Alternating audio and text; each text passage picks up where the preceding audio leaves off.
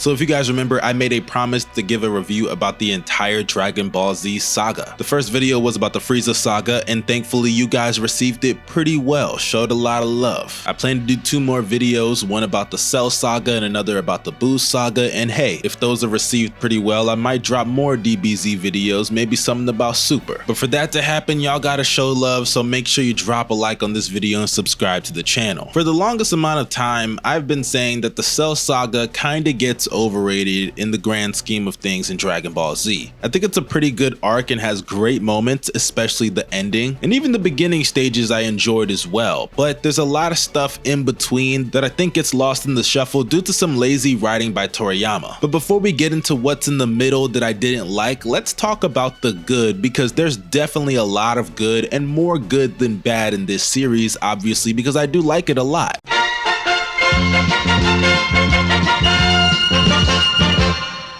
The growth in a lot of these characters is amazing. For starters, let's look at somebody like Piccolo. This was the ending of Piccolo's story in my personal opinion. Of course, he did other things later on in the show, but as far as his actual story and character development, this is really where it ended for him. In the beginning of the arc, Piccolo was where he was in the ending of the Frieza saga. One of the strongest fighters in the world, but a tier below Goku and Vegeta due to them breaking past their limitations and becoming Super Saiyans. But once Piccolo realized that the androids were obviously too much for them to handle and stronger ones were on the way, Piccolo completed his arc, in my personal opinion, when he finally merged with Kami. Now, I do believe in the endgame that was a mistake because it killed a lot of Piccolo's importance in future arcs, but we'll get to that in another video. As far as him going to merge with Kami, it finally ended Piccolo's story as a character, at least with the story they were trying to tell. Piccolo was a spawn of evil. He hated Kami. Even when he reluctantly joined the Z Fighters, he resented him. So for Piccolo to merge back with Kami, it really took a lot of pride to be swallowed, and it showed that Piccolo was not the same person that he used to be. And it's crazy ironic that he did that right after telling the Z Fighters, hey, I am not your friends, I'm only doing this to further my own plans for world domination. And as soon as he said that, Krillin was like, yeah, that's a bunch of bullshit, we know you're just chatting. That's why Kami had no problem merging with Piccolo, even though he was a little bit reluctant, but he finally understood, hey, this is not the guy that he used to be. And sure, us as an audience, we knew that Piccolo had changed, but it was just the icing on the cake of a story that was already perfectly told. Then you got a character like Vegeta, who in my opinion, his story was still being told in this arc. It obviously capped off in the Buu saga, and we're gonna get to that when we get to the Buu video, but I thought in this story they did a perfect job with Vegeta's character all across the board. This is a guy that got humiliated in the last saga. Not only was he publicly embarrassed by getting his ass beat by Frieza and killed with a shot through the chest, but his birthright of being the one to beat Frieza and become the Super Saiyan was taken away from him by a lower level Saiyan at birth,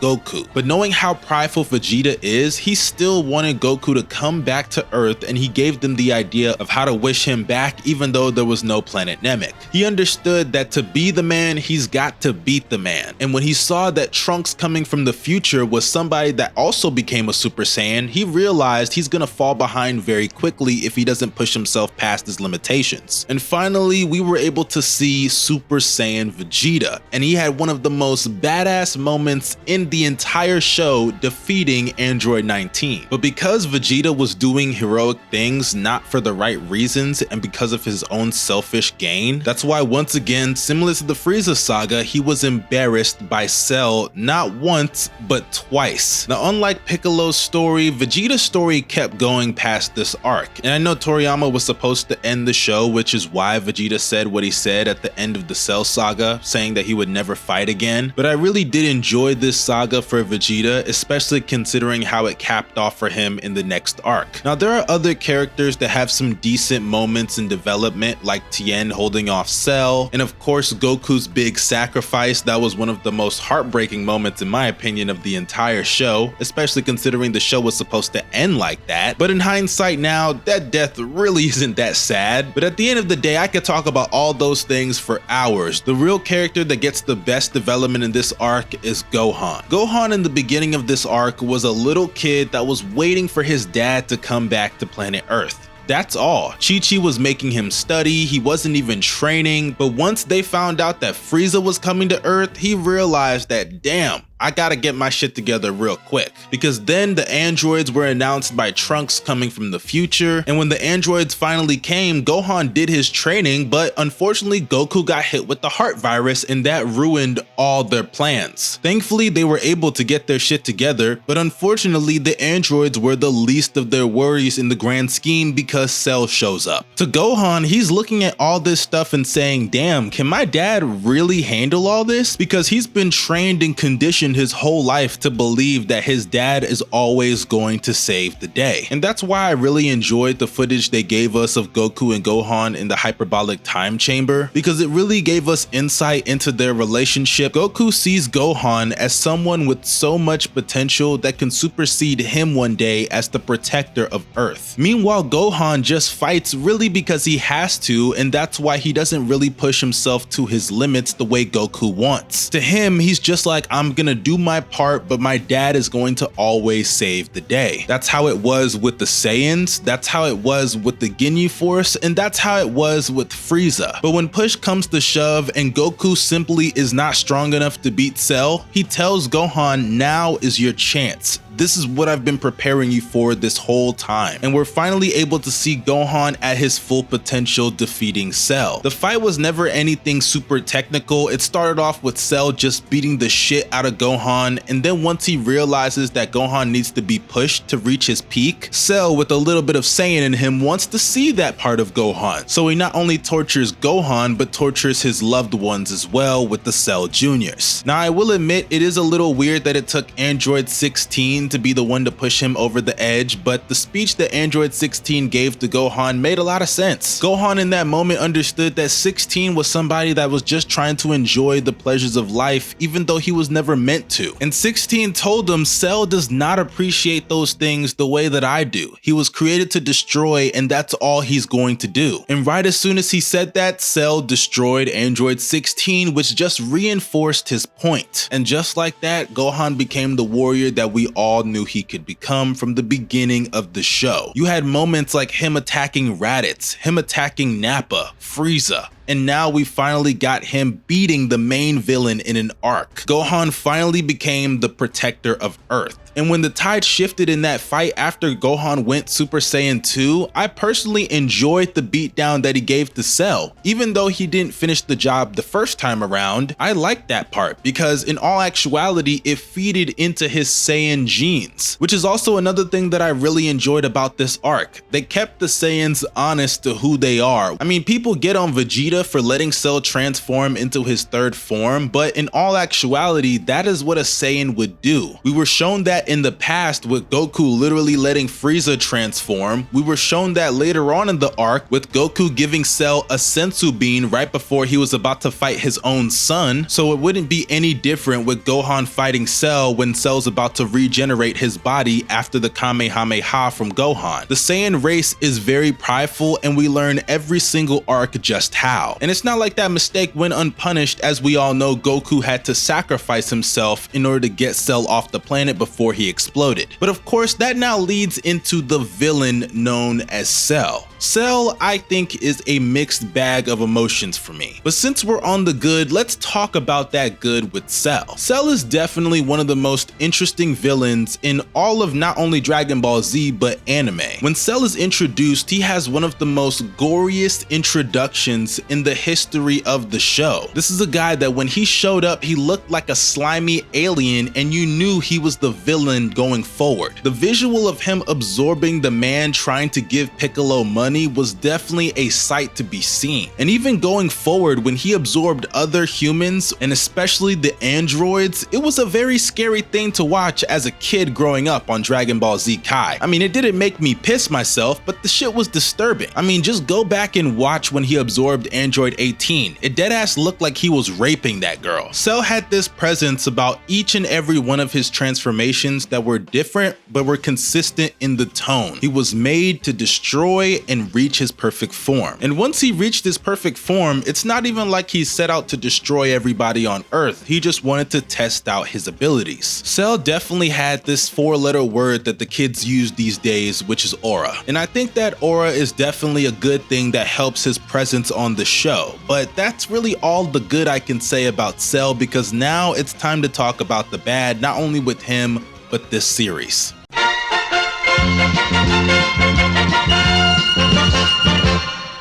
Since we're on the topic of Cell, let's talk about the villains in this arc, because I have a lot to say. The villains in this arc are pretty mediocre in my opinion, outside of obviously perfect form Cell. To go from somebody like Frieza immediately towards the androids, I think was a huge step down. Now I understand that Frieza had things that the Cell Saga was never going to have. He was built up from basically the beginning of Dragon Ball. I mean, sure, we didn't know it, but the whole reason why Goku came to Earth was partially due to Frieza. But I'm not even talking about the attachment of certain characters towards our main characters, because that I could really care less about. My issue is that these villains either lack personality or motivations. Let's start off with the androids, because let's go in chronological order here. Android 19 and Dr. Gero made sense in their motivations. Gero wanted revenge on Goku for the Red Ribbon Army stuff in Dragon Ball, so it was understandable. But please, tell me a single character trait about Dr. Gero and Android 19. Think, Mark! Think, Mark! Think, Mark! Spoiler alert, you can't. These guys were extremely boring, the epitome of nothing to their character. And sure, in the end, they didn't end up becoming the main villain, but that was obviously for a reason. Toriyama had to keep rewriting it because he couldn't get them right. And when you move on to the next androids, Android 17 and 18, they had a little bit more personality. I mean, sure, they were bratty teenagers and that's why he had to change it to Cell, but it was at least a step up from Android 19 and Dr. Gero, who were just emotionless beings. The only problem though with Android 17 and 18 is that they have no motivations whatsoever. I did not understand what was their goal throughout the entire arc. They kept saying they wanted to find Goku, but we were already told that these androids were different than the ones in Trunks' timeline. Not only were they stronger than those androids, but they also weren't as evil. And I'm confused by that, because if they're not as evil, why are they still trying to go after Goku? And then you talk about a lack of personality, I almost forgot about Android 16. He is just there to be there. Honestly, a waste of a character. There's nothing about him interesting. There's nothing about him that has real motives that he sticks to. He was designed to beat Goku, but he doesn't even follow through with that at all. And then he commits one of the dumbest actions I have ever seen in a show. If you guys remember, Dr. Gero gave him a self-destructing device that he was going to use obviously on Goku. But when he was getting repaired by Bulma and her dad later on in the arc, they removed the bomb from Android 16. 16 later on tried to use that bomb on Cell, but obviously he didn't know the bomb was gone. That later led to 16 being destroyed by Cell, but the thing that's so stupid about this is that they showed a flashback of Bulma and Dr. Briefs removing the bomb out of 16, and they even revealed that that bomb could blow up the Earth. That bomb is no ordinary explosive. He could take out the whole planet with that thing. Goodness. Now you guys may say it's a little bit of a nitpick, but I think it's really stupid that Android 16 was going to blow up the Earth just to stop Cell. Now maybe you could explain that by saying, hey, maybe he didn't know that bomb could destroy the Earth. Well, then my response to that is, why even have us question all this shit in the first place by putting that detail in the story? It quite frankly just makes Android 16 look stupid. And that really seems to be a common theme with 16, 17, and 18. Their motives don't really make sense, and they divert from the plan of Dr. Gero, but they don't really give a real explanation why. I mean, I understand that Trunks goes back in time, and of course that changes everything, but why are they following some of the orders of Dr. Gero while also still destroying him and not being as evil? The androids aren't the only ones I have a problem with also in this show. I have a problem with Cell. Now I know a lot of people love Cell, and hell, earlier on in this video I talked about the good things I like about Cell, but there are things about Cell that truly don't make a lot of sense and I don't like. For starters, Cell is pretty carbon copy of Frieza with the whole transformations thing, and that kind of becomes a theme in the next arc as well. But by this point in the show, I kind of realized what they were doing, and I just thought it was a lame ripoff and uncreative. And there are also moments about Cell that make him look like a coward. And sure, I like my villains to be a little bit cowardly, but unfortunately there's ways to do it and ways not to. Having Cell bitch and complain when Vegeta is beating his ass so he can transform to his third form, it doesn't make him look badass, it makes him look like a bitch. And it'd be one thing if this was the final fight of the show, but this is something in the middle of the arc. We're supposed to take this guy serious and he's bitching on his knees to Vegeta of all people. He should be doing that to him. And as I mentioned earlier, when it comes to the motivations of Cell, they're not really made clear. In the beginning, I understand it, right? He's trying to reach his perfect form, but once he reaches his perfect form, there's nothing more to his character. He doesn't have any real goals or motives other than destroying the Earth. I'm sorry if I'm not just gonna take destroying the Earth for the sake of it from my main villains anymore. It's a played out cliche and it just doesn't work for me. Another thing about Cell that's pretty stupid is the loophole of him being able to come back to life after he blew himself up on Otherworld. Cell blows himself up after Goku transports him to Otherworld from Earth in order to preserve the planet, but somehow Cell survives the blast and is able to regenerate his body. This should not be possible. And not only is he able to regenerate his body, somehow he was able to gain the power of instant transmission. He tries to explain it by saying he has a nucleus in his head and if it's kept intact, he can regenerate, but that just doesn't work for me. We're just expected to believe that one small piece in your brain stayed intact. Okay, you know what? We'll let that slide for now. What makes it even dumber though is that he was able to come back to life in his perfect form. That just doesn't make any sense. Why is he able to come back in a form that he wasn't in beforehand? But hey, you know what? We'll let that slide because hey, 2 strikes, not 3. But unfortunately, there's a 3rd strike because how the fuck can he do instant transmission? That makes no sense at all. Fool me once, shame on you.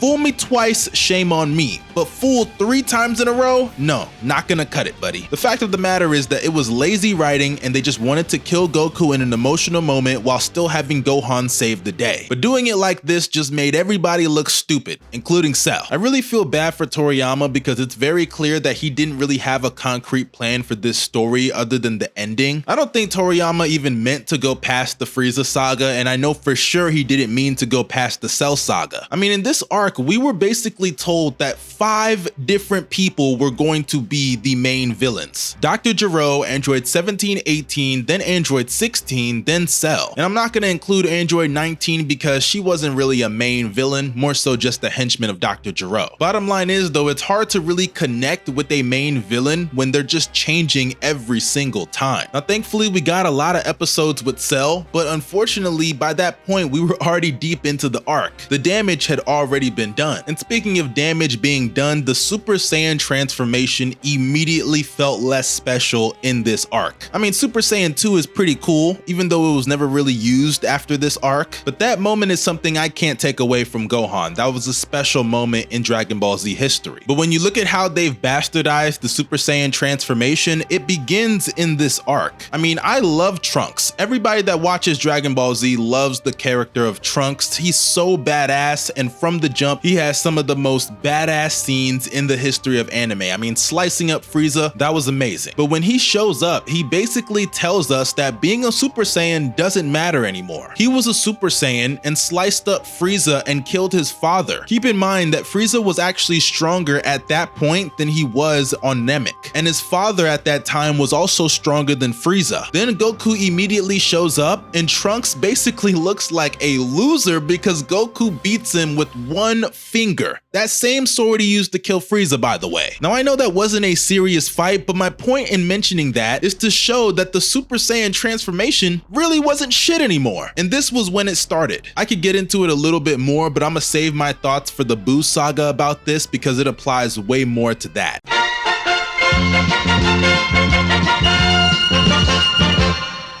Honestly, when I look back at this arc, there are a lot of things that I love about it, but there are things that really take away from the story and bring it down just a tier below the Frieza saga in my opinion. And the reason I call it overrated is because there are people who actually believe it's the best arc in Dragon Ball, and I just completely disagree. The Frieza saga was concise from beginning till end. It was perfect, and it has a great story that traces all the way back to the beginning of Dragon Ball. And sure, you could say it's an unfair advantage to give the Frieza saga that over the Cell saga, but the Cell saga still traced back to Dragon Ball with the Dr. Gero connection and the Red Ribbon Army. The reason why it doesn't feel that way though is because they didn't really dwell on it and do a good job of connecting the story. I really do think the villains in this arc are a step down from the villains that we had in the Frieza saga, and when you throw in some of the loopholes about certain characters just doing dumb shit and shit happening for no reason, honestly, I would still give this arc a thumbs up, but I definitely don't think it's as strong as the one I gave in the Frieza saga. But hey, those are just my thoughts. I'm sure a lot of you guys disagree, so let me know down below in the comment section what you guys think. Don't forget to also drop a like, subscribe to the channel, and press that bell for post notifications. This is your boy Omo Mustard signing out. Y'all stay safe and have a blessed day.